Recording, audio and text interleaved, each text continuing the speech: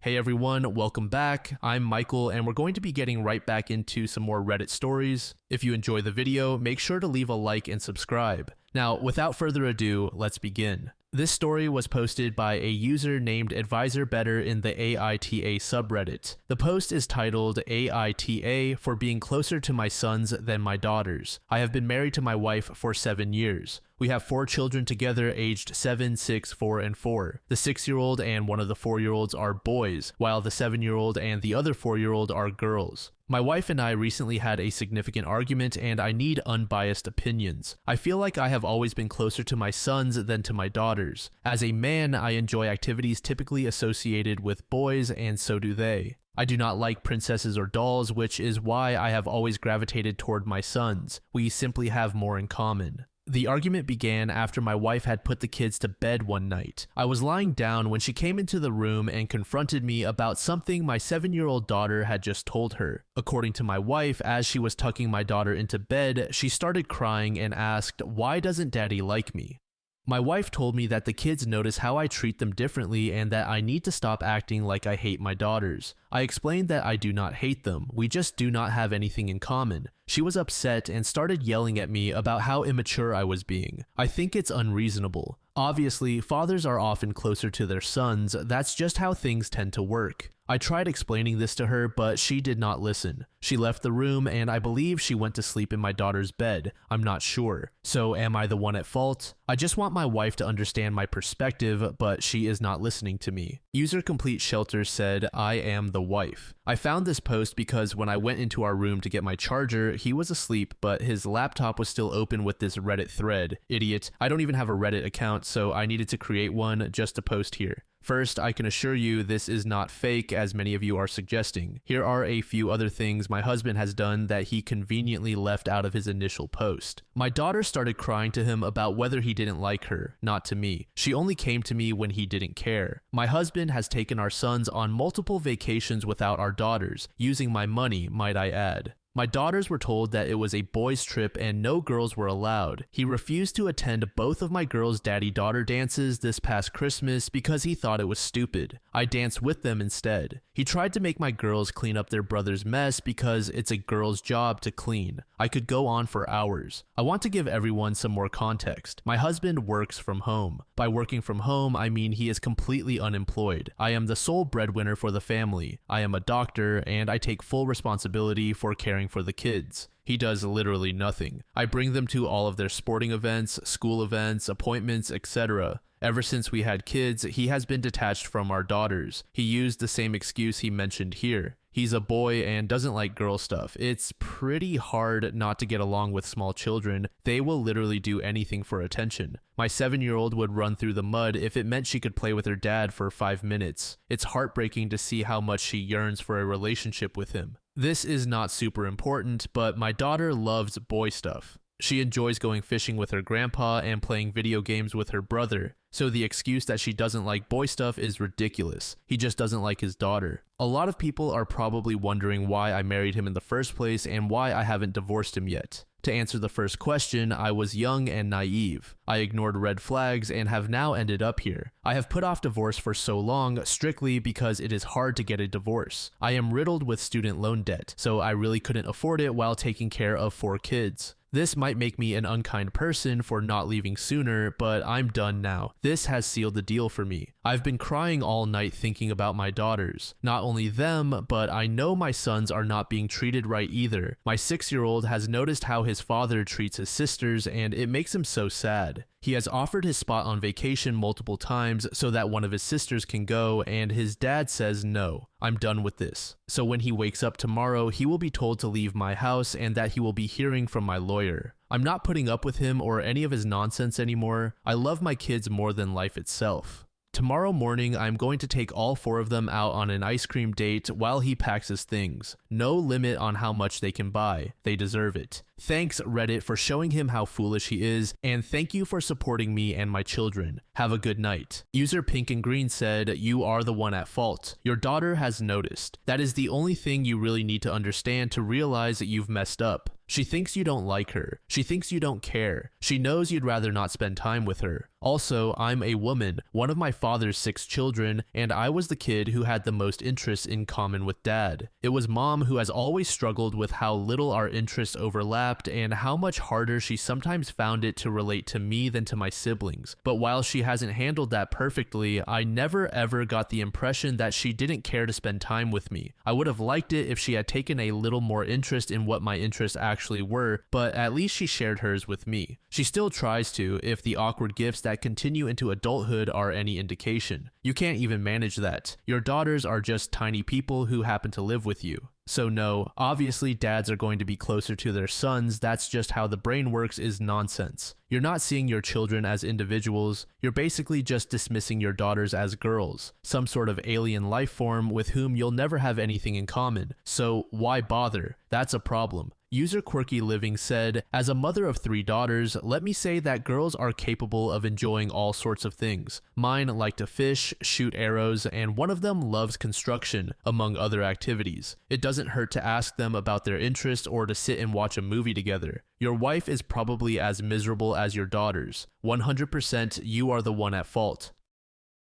This next post was made in the relationship subreddit by a user named RunHard. The post is titled, X is creating so much drama in my life that I am having trouble coping, considering giving up my kids just to get it all to stop. I don't know where to begin. I was married for 13 years and have 2 small children, aged 4 and 6. After being divorced, I am now remarried to a wonderful woman named Donna. My ex will not stop harassing me. I have to communicate with her for the sake of the kids, but it is so contentious that the court finally ordered all communication to go through an online site. I even had to change my phone number and move. It was that bad. I had my kids this weekend and things went great. I went to see my family and there were no incidents. We had a wonderful time. Then I received this email. Jill and Marvin report that they were in a traffic accident with you this weekend in the truck. They both report that the loud, obscene exchange between their father and the ABC towing driver scared them. They both report that they were bitten by Greg's dog, Murphy, during their visit at your parents' house this weekend. This is the second dog they have both reported biting them. I have also noted their reports that they were bitten by a large dog named Betsy at your in-laws' house. They have traumatic memories of metal being scraped out of your leg. I hope that you recover quickly and get back to your job. I hope that Donna is okay. They report that you have trouble walking. This is consistent with behavior I observed at drop-off on Sunday night. You didn't get out of your new car, and it appeared very awkward for you to unbuckle their booster seat belts from the driver's seat. I need to know about these things, please. Dog bites are notoriously dirty and prone to infections. Just because our children didn't appear to be as seriously injured as you were in the truck accident doesn't mean that they couldn't be stiff and sore, or possibly have internal injuries for which I need to be vigilant. At the very least, I need to understand why they were stiff and sore and acting more fearful than usual when they came home. Their mild to moderate bruising and scrapes, along with the chunks of skin missing from their hands and fingers, are consistent with their reports of the accident and the dog bites.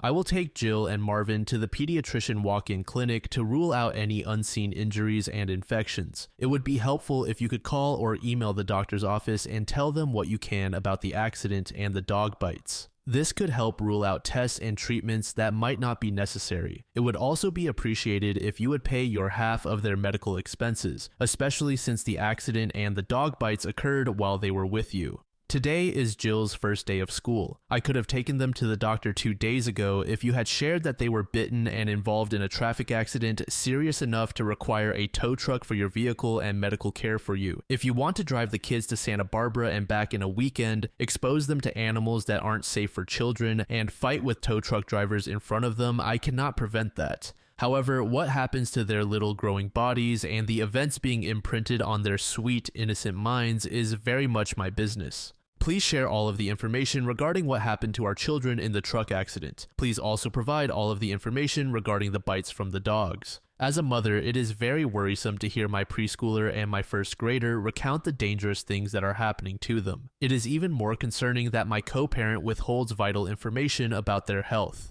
Jill and Marvin deserve to know that their parents are working together to take care of them. Thank you. I don't even know where to begin. The dog that was there had no teeth. It didn't bite them and couldn't have even if it wanted to. My in-laws' dog is dead. I was never in an accident. There was no tow truck. All of this is false. I can't even find a shred of a real event that could have been twisted. This comes on the heels of an incident 4 days ago when she tried to corner me into signing away 30% of my custody agreement and refused to let me even look at the details of the paperwork. I am so frazzled by all of this that at times I think about signing away my parental rights just to avoid the stress. But I don't want my children to think I don't care for them or that I abandoned them. How do you reason with this level of craziness? Any advice is welcome. I need help managing this. User Titteror said, "Hang in there, dude. Don't give up on your kids. You can get through this." So get this, my stepson when he was 5 or 6 also went back to his mom after a weekend with us and told her all about the car accident we were in. And yep, there was no car accident with us either. We never could figure out why he made up that story, but of course, since he told his mom that, she was certainly going to ask about it. She said some similar things too, along the lines of, "I need to know these kinds of things."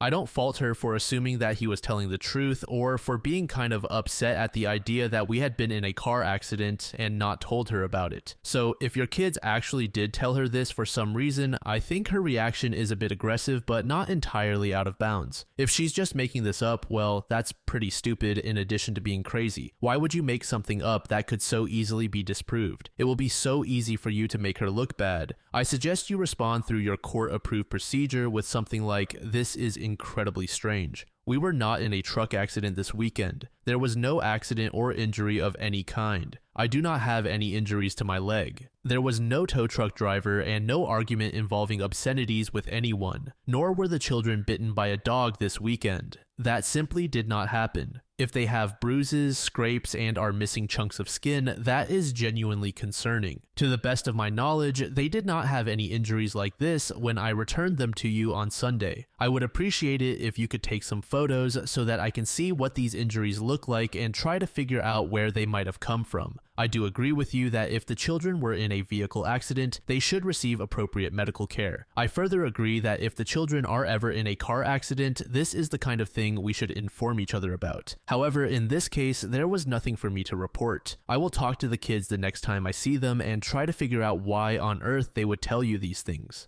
In the meantime, if you believe they need medical attention, please do take them to the doctor and let me know what the doctor has to say. A deleted user said, "Dude, you sound exhausted. You need to look into meditating for 10 minutes a day. I suggest this because you need a break that you can look forward to every day. A time when you literally don't have to think about anything. No stress, no worries, nothing. You really need this, so I strongly recommend looking into it. After that, get your act together. Pay your lawyer a visit in person if he is not responding, and if necessary, find another lawyer. At the very least, take this to the legal advice subreddit. What you are dealing with is annoying and time-consuming, but you are so caught up in the what-ifs that you're not addressing the here and now. Your wife is lying. It is easy to prove that she is, but you have to actually try. I think the biggest relief for you would be getting those emails off your hands and screened by someone else. You can do this, but worrying will make it so much harder. You have to deal with this whether or not you're worrying, so you may as well calm down. Worrying doesn't help at all. It doesn't get you closer to a solution, it doesn't help you make more logical decisions, and it literally doesn't positively affect the outcomes in any way. So stop obsessing over what she could get away with and focus on what is right in front of you. Several years later, OP gave us an update, was looking at my profile and saw my post in this subreddit from 7 years ago when my ex was causing so much chaos that I was doubting everything. I took everything to heart and implemented several changes right away. I became a gray rock and started documenting everything extensively. I consulted my lawyers and they advised several steps, the first of which was a 730 evaluation. That process took a long time as the 730 evaluator fell very ill halfway through. It took 10 months. In the end, the report essentially stated mom is volatile and disorganized and dad's home would be a more stable environment for the children. However, there is hope that mom is starting to improve, so if things are still bad in 1 year, it would be appropriate to change custody to dad. This was a tough pill to swallow. Things were not better and the chaos was just intermittent. So we kept documenting and doing our thing. Eventually, we started receiving numerous emails from teachers stating that Jill in particular was often not bathed, never had her homework done, didn't have school supplies, and was falling way behind in her studies. We applied for a trial to review custody and requested that primary custody be transferred to us. That was at the end of 2019, and the trial was set for May 20th, 20. As you can imagine, once COVID hit, everything got delayed. There were numerous events in 2020.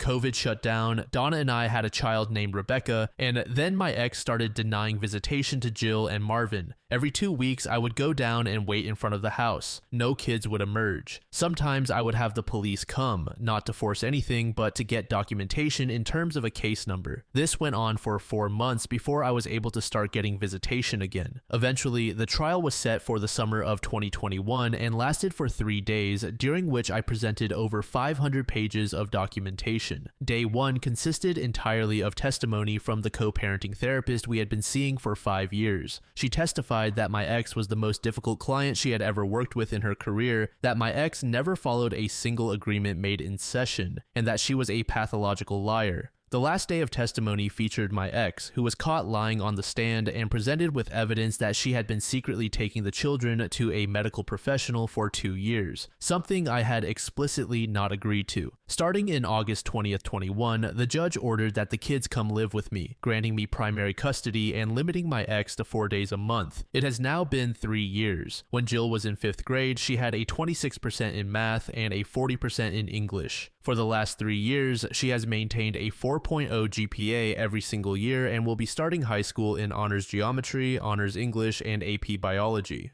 Marvin has also been doing well and just finished his first year of middle school with a 4.0 GPA. He is loving his coding and robotics elective. They have new clothes and have learned new skills and responsibilities. Donna has been crucial in establishing routines to help with their success in school. Their rooms are both immaculate, and they are the ones keeping them that way with very little direction from us. They are happy and finally involved in activities and sports. Our little Rebecca adores them both, and I often find all 3 of them cuddled up together while one of the older 2 reads a book to her. Jill made the decision recently to stop going on visits to her mom. The chaos and drama started being directed at her, along with a lack of food, clothes that fit, and other issues. Marvin is still going for visits, and we are encouraging that as long as he feels safe there. All in all, things are going very well, and the kids are doing incredibly. There are still hard moments, but it has all been worth it, and we are able to shield them for the most part from any chaos their mom may want to create. If anyone is reading this who initially offered advice, thank you. When you are in the thick of it, it is tough not to feel like it is impossible and that you will never be able to overcome it. I needed the outside perspective. In summary, this is an update to a post about considering giving up custody of my kids to fighting for them for years, eventually gaining custody and turning all of our lives around for the better.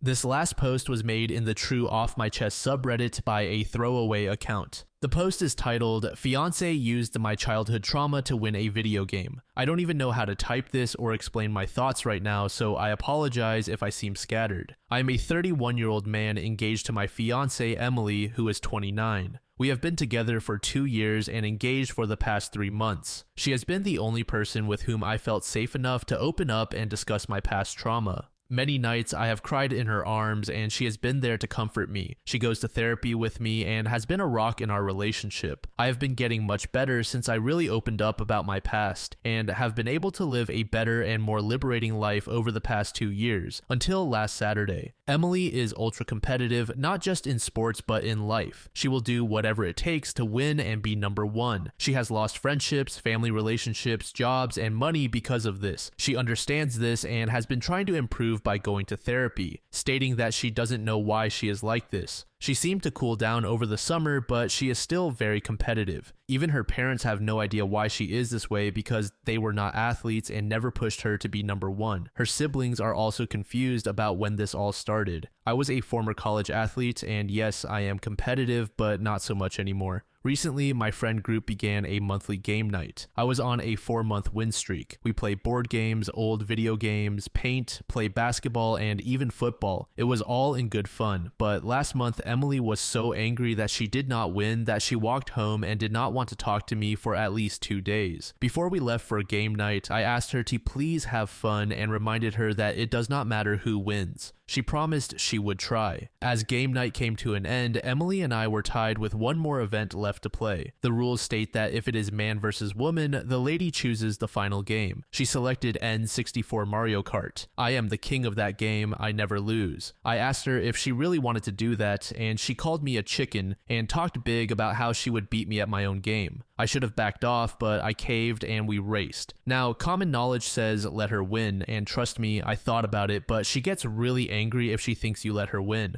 Her attitude is much worse then. As we started racing, it was a tight race. She kept hitting the banana peels but kept catching up. On the last lap, she started trying to distract me by saying he snores when he sleeps, using basic middle school insults. Then she tried bumping me to distract me, but I was locked in and focused. I responded back with, at least I don't keep hitting the bananas, love, keeping it lighthearted. We were in the final leg of the race when she snapped, at least I didn't get sexually assaulted by my own family.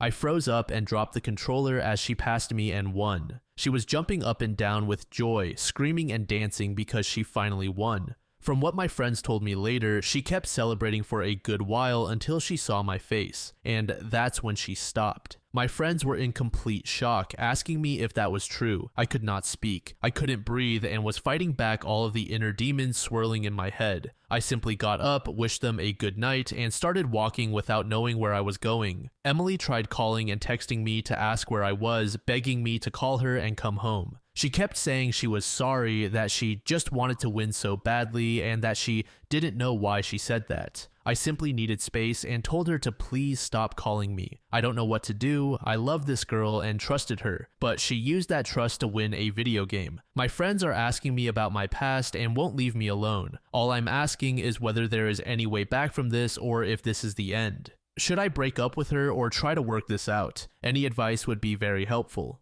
Edit, I want to thank everyone for their comments and direct messages. I have been reading all of them for the past 3 hours. I guess I knew this was the end of my relationship, but after spending 2 years with someone and having strong feelings and trust, I wanted to see if a majority of people could see something else that I didn't that could save it. After reading the comments, I realized I had overlooked the massive red flags that Emily displayed. I decided to sit down with my friend group tonight and tell them about my past. It will be difficult, and I will text Emily tonight to meet with her tomorrow. I will update you after that conversation. Update. Hey all, I want to thank everyone again for all the support. It helped me clear my head and really reflect on the past few months with Emily, allowing me to finally see the red flags I ignored or didn't press hard enough on. First of all, I need to get this off my chest. From ages 11 through 13, I was sexually assaulted by my aunt. She would come over to babysit, and she would do the acts and have me do things to her. She would threaten me if I ever spoke out. I tried to tell my parents that she should not babysit, but my mother told me that her sister absolutely loves you and wants to spend time with you since she can't have children. If it wasn't for my dad forgetting his wallet one night, I believe she wouldn't have been caught. My mom went mental and did not believe any of it, going on a campaign around town saying she was 100% innocent and I am just confused. My dad turned to alcohol and tried to escape reality because he couldn't forgive himself for missing the signs.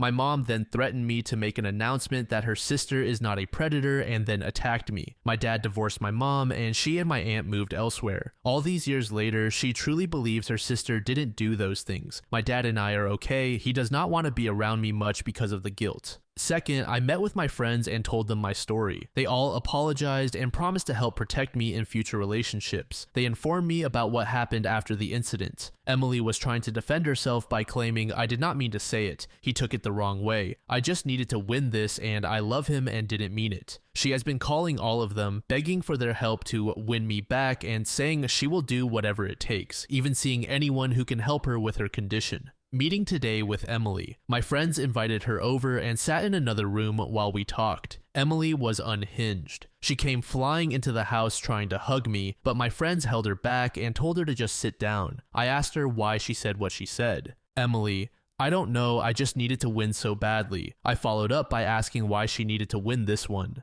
Emily, because it was your best game and I don't know, I just needed to win. I again asked why she needed to win and what the importance of winning was. Emily, through her tears, said, I don't know, I needed to win. She kept repeating the same line over and over, so I asked if she had planned on using my trauma against me and if that was why she chose Mario Kart. I had never seen someone go pale so fast. Emily just looked at me, put her hands to her face, and blurted out, I can't stand not winning. I knew you would get distracted, and I could win and finally feel great. Because these past 4 months, I've been so depressed from feeling like a loser, and I knew I could win with this plan. I was in shock and couldn't believe she said that. I realized that some of the commenters were right. She had this planned. I was still trying to gain control of my thoughts on this. You had this planned? I asked. Emily, yes, I didn't think about what would happen after, and when I saw your face, I knew I messed up. Please, I want to get help and will do anything. Please don't end this. I asked if this was another competition in her head to win me back. No, I mean in a way, yes, but not like that. So if you win me back, you'll feel better that you won. I told her I couldn't trust her anymore. What if we had kids? Would you see them as competition? If your friends are being flirted with, will you try to get more attention for the win? What if I'm simply doing something and you blurt that out again to win? She had to be escorted out by my friends who told her that I should get a restraining order because her mental state of losing you might break her mind and cause her to do whatever it takes to win me back. So again, thank you everyone for all the comments. I'm going to seek more help and take a break from dating until I find someone whom I can trust 100%. My friends will also be on extra guard for any sightings of Emily and future dating red flags. User Melly2 said, she used your biggest, deepest wound, one that she only knew about because you trusted her, to win a dumb game. She exposed your most significant vulnerability to other people without your consent. There is no coming back from this. You shouldn't want to come back from this. How will you ever be able to trust her with anything again? She has shown you who she truly is. You deserve better. I am very sorry you had this experience. I hope you are okay. User Negative Passion said, I'm sorry, but I really don't see how this relationship can survive. She not only used the one thing that you trusted her with, but she also used your pain and trauma to win a goddamn video game, especially in front of other people who were clueless about your past. I don't think there is anything a person could do to get past that level of disrespect and complete lack of decency. I'm so sorry for your past and what you went through. Is there any friend you feel comfortable talking to? Are you seeing a therapist? Heck, even keep talking to people on here if you think it would help. Please don't shut out your friends and please don't shut down. Lean on your friends or whoever you feel comfortable around. Final thought, forget that evil person. User Prof Plum did it said, there is no way back from this. You will never ever feel safe with her again, and you will never trust her again, and you shouldn't. Just tell her you hope winning a stupid game was worth losing your relationship and that, if she's smart, she'll stay single until she figures out and fixes whatever is wrong with her. Thank you so much for making it to the end of the video, and thank you also to partner of the channel, Gamersupps. Use code DLAM to support the channel and get 10% off of your purchase, link in the description. I'm sure many of you like me have a hankering for daily caffeine, so go check them out. Lately, I've been a big fan of Titty Milk and Acid Rain, but they've got dozens of other flavors for y'all to try out. Anyway, thanks again for reaching the end, and I hope you all have an amazing passage of the next 24 hours.